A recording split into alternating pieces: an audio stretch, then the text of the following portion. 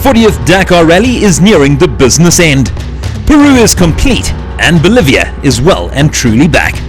Saturday saw competitors start for the first time in the country, nicknamed the rooftop of the world.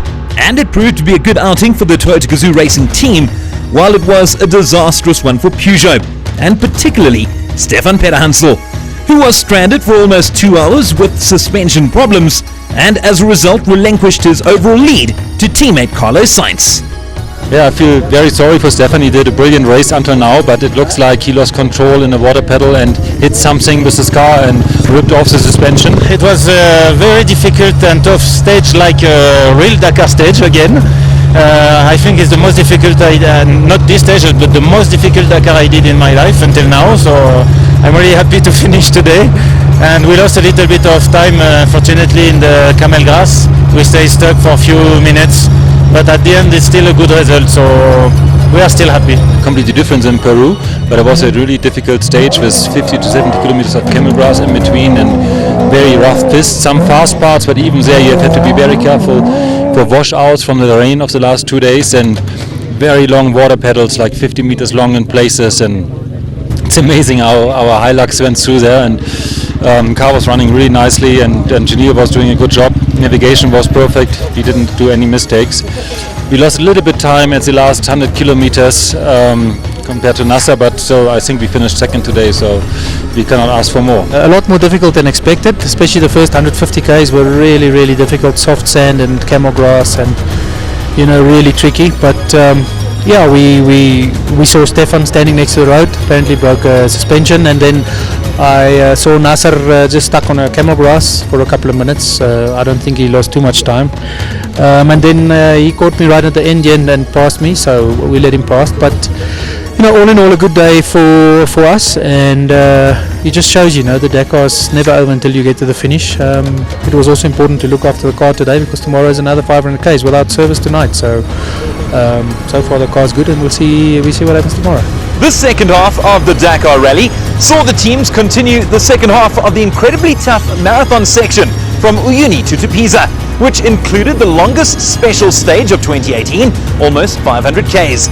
Competitors were put to the test in high-altitude sand dunes of almost 3,500 meters above sea level. Well, from a technical point of view, all three cars are here, and there's no reports from the drivers of anything really wrong, so that's great. The Hiluxes ran as we hoped they would. From the driving point of view, certainly Janelle, they fell into a big hole this morning, and that cost a lot more time than he would have liked, but he was really lucky to get away with it. We were in the off-road, and it was a little bit in vegetation, and there was a big crack basically in the in the off-road, and I didn't see it. I saw it at the last minute, but all the tracks sort of went there, and then I just tried to go and see if I could get through it. We nearly made it, but unfortunately got stuck like that. And there we were for 20 minutes trying to get out there. You have to jack the car like 20 times, put spare tires, get them out, put them underneath, and basically move like 5 centimeters a time until we got out. So unfortunately we lost 20 minutes there, but what can you do? Nasser went really well, and in service here he was more keen to go and get a shower and get cleaned up. It looked like 2 pretty hard days, a lot of concentration. He was running at the front of the field, and of course with any Carlos ahead of him with a buggy, you can go across bigger unknown bumps, so a lot of stress looking for the holes in the road. Yeah, it's for us no problem, but it's very hard, tough. It was not easy, but it's good. The Toyota it's look like really strong, and we did like yesterday 450 and today 500, without any problems. This is really good for us. Bernard, great day. He's really happy. Technically, he had a great driving day. On the WRC roads, he said he pushed really hard to try and close some of the time lost from yesterday. He said the car was working very well, so Bernard looks pretty happy. Today I decided to push a little bit more, because we lost too much yesterday because of the wipers. we had no view. Today we start P7 and after 80 kilometers I passed Lucio Alvarez and 20 k's later Genil because he was stuck. And yeah, Michel did a very good job today. Toyota was very good and we pushed a little bit more and more and more, and after I think 200 k's after the dunes we catch Kuba. And yeah, we finished 3 minutes behind Nasser on the stage. It was very good. Stage 9 was supposed to see competitors travel 242 kilometers from Tupiza in Bolivia to Salta in Argentina. However, it was not to be. Heavy overnight rains in the area meant that the stage was cancelled, and as a result racing would resume on Tuesday, and the 2018 Dakar Rally would be contested over 13 stages and not 14 as originally scheduled. Yeah, it is disappointing, but there must be good reasons for it. The ASO don't cancel stages lightly. You know, you only have one chance at this race a year, so there must be some serious problem somewhere. The stage tomorrow, as far as I can say with information I have had, wasn't so exciting and not so long. It was more easy stage. No, I think nobody will miss it. You know that I would like to sleep a bit because I'm completely exhausted. Last night was 4.5 hours sleep and this is not enough. When you are 61, this is not enough. So I don't want to say that I'm happy that it's cancelled tomorrow, but yes, I will have a proper night, and also the stress will go a little bit down. And I know a little bit the stages 10, 11 and 12. It's not my garden, but I know them a little bit. Does not mean that I will not get lost, but I know a little bit the character of the stage. So on that side I hope I will help Bernard a little bit. Huh? I can have a shave, the car can have a little shave, and a 100,000 kilometer recalibrate. Yes, no, but no, I think it is good. For me, one rest day is good. Rest day we must drive, but okay, it's good. It is what it is, you know. If we raced, you know, I wouldn't mind. If we don't race, I mean, you know, you have to do what the organisers think are best. Like I said, you know, at least we got a good starting position for Berlin now, which is a difficult stage, and then Fiambala, which is extremely difficult. So those two stages, the gaps can still be very big. So we just have to try and do our best, and you know, see what happens.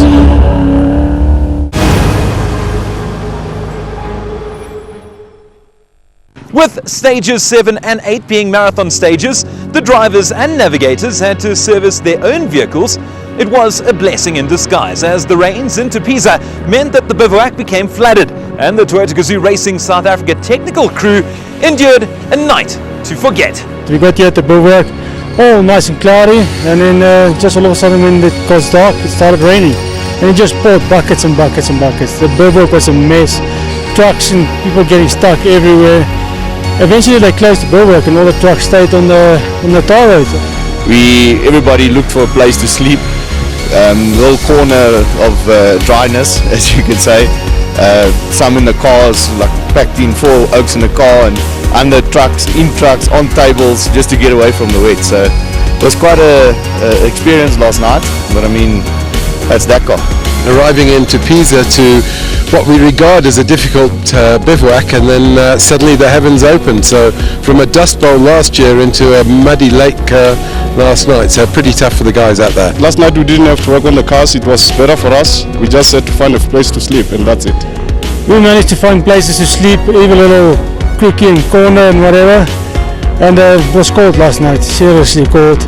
And this morning we got up and everybody just moved out the bivouac, servicing next to the road. I slept in the truck, but some of the hosts, they struggle to find a place to sleep, but that's the way it is, man, and we can't complain.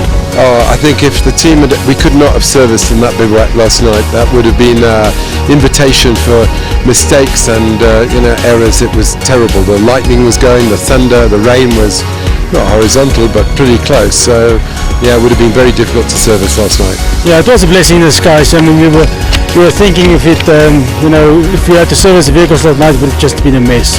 I mean, everybody would have gotten sick. But the wind is blowing and it's just miserable. It was supposed to be relaxing, none of the drivers were coming in, and an hour into being at the bivouac it's poured down, like in buckets and gallons of water, and resulted in all of us sleeping in buses, trucks, back seats of cars. It is what it is, it's the Dakar.